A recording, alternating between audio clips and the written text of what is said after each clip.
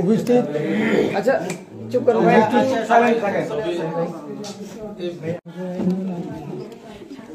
আবার একটু ধরে রাখ, একটু ধরে রাখ। বাইকটা রাখ। পুরো যেটাতে সেটা বাংলাতে লিখতে পারে না। আমার পাসপোর্ট আর ভোটার আইডি কার্ডে বলে এমডি দেয় না।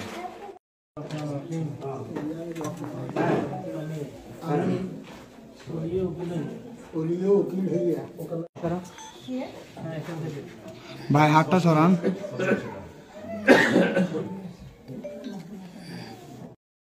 দুইজনে এদিকে সামনে। তাহলে তো আপনার সাথে কিছু লাগলে লইলাম। হ্যাঁ নিচে। سألونني والأرحام إن الله كان عليكم رقيبا يا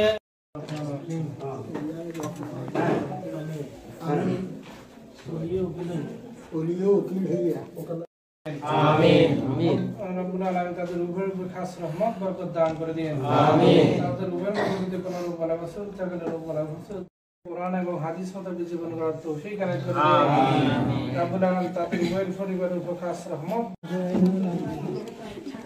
আবার একটু ধরে রাখ, একটু ধরে রাখ। বাইকটা রাখবেন। أنتم مسلمون يا أيها الذين آمنوا اتقوا الله وقولوا قولا سديدا দুইজনে এদিকে সামনে। তাহলে তো আপনার সাথে কিছু লাগলে লইলাম। হ্যাঁ নিচে।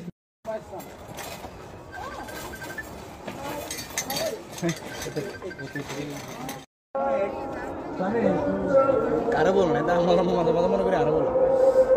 ক্যামেরার দিকে তাকাও, এই যে ক্যামেরার দিকে তাকাও।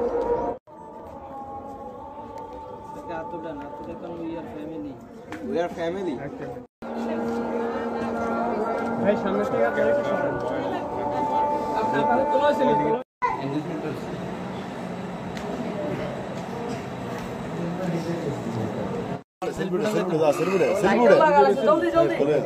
सेल्फी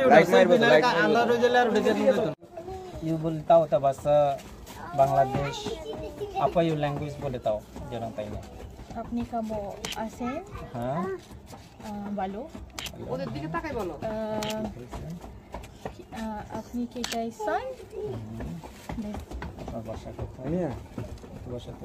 হচ্ছে আমি ওকে চিনি 6 বছর থেকে।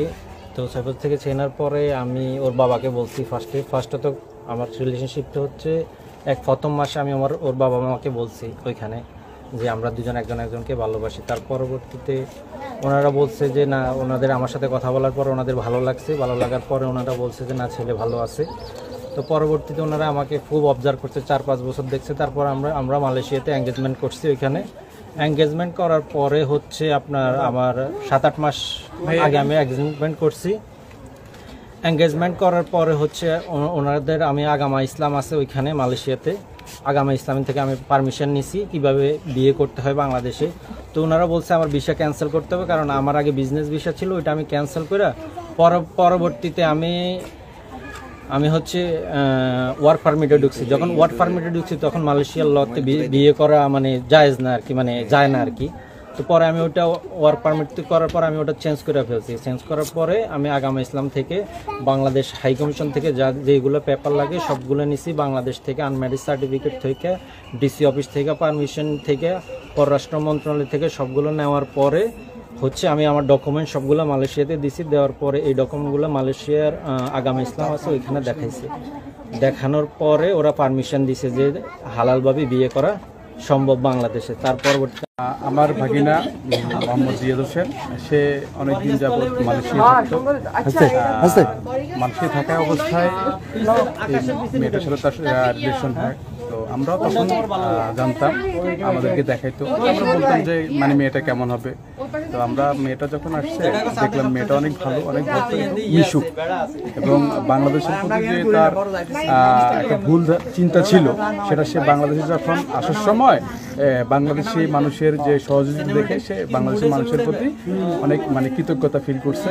এবং আমি আমাদের মতামত বলে কাগজপত্র সবগুলো আমি লক্ষ্মীপুর ডিসির থেকে এগুলো সব কিছু কমপ্লিট করে পাঠাইছি। এখন মোটামুটি আমি সন্তুষ্ট এই ব্যাপারে।